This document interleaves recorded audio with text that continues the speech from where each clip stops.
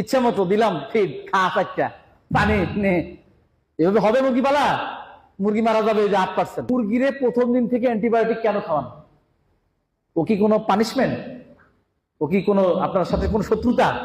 6 বার দিলে আপনার মুরগি দেখবেন কিভাবে খাইতে যায়, আর এখন দিলে মুরগি দেখবেন যে ঘুরে বেড়াচ্ছে জমিদারের মতো, মাঝে মাঝে এসে দুটো টোকা মারে আবার ঘুরে বেড়ায়, খাইতে চায় না, তার চাহিদা নাই। কারণ কি?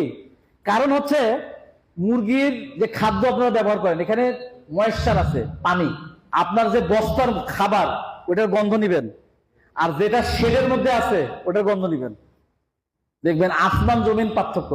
কি পার্থক্য? আসমান জমিন। ওইটার গন্ধ, যেটার মধ্যে বস্তার মধ্যে খাবার আছে ওইটার গন্ধ, আর শেডের ভিতরে মুরগির মধ্যে যে খাবার দিচ্ছেন ওইটার গন্ধ এক হবে না।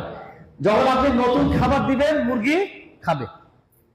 যখন আপনি কাউকে পরিষ্কার পাত্রে খাবার দিবেন, আপনাকে যখন ডাইনিং টেবিলে খাইতে দিবে, যদি ময়লা থাকে খাইতে ইচ্ছে করে, তো মুরগির আপনার কি মনে হয়? হ্যাঁ, এ কি ভিআইপি চেয়ে কম নাকি?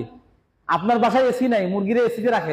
এর প্রথমে হ্যাচারি থেকে বের হয়ে সে এসি ভেহিকেলে ঢুকে, এরপরে প্লেনে ওঠে, এরপরে সে প্লেনে করে ঢাকায় নামে, এরপরে এসি গাড়িতে ফার্মে যায়, এবং ফার্মও কি এসি। আপনার আমার সবার বাসার বাড়িতে কি এসি আছে? নাই। আর এই মুরগি রেখে আপনি দাম দেন না। হ্যাঁ, ইচ্ছা মতো দিলাম ফিড খা চারটা পানি নে, এভাবে হবে মুরগি পালা? মুরগি মারা যাবে ওই যে 8%। শুধু মানুষ বলবে অ্যান্টিবায়োটিক খাওয়াও আর অ্যান্টিবায়োটিক খাওয়াও। কথা কি বুঝাইতে পারছে? অ্যান্টিবায়োটিক কি আপনি খান প্রতিদিন? আপনি কি অ্যান্টিবায়োটিক খান? আপনি অ্যান্টিবায়োটিক কি প্রতিদিন খান? এই কথা বলেন। অসুখ হলে ডাক্তার দিলে খায়, কিন্তু মুরগিরে প্রথম দিন থেকে অ্যান্টিবায়োটিক কেন খাওয়ান? ও কি কোনো পানিশমেন্ট?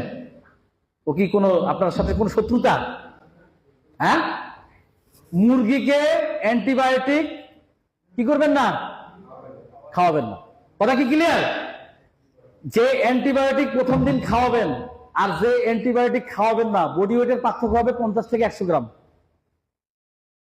কথা ক্লিয়ার? এগুলো রিসার্চ করে আমরা এই জায়গায় আসছি, এইসব রিসার্চ শেষ করে আপনাদেরকে বলতে আসছি। কথা কি বুঝতে পারছি?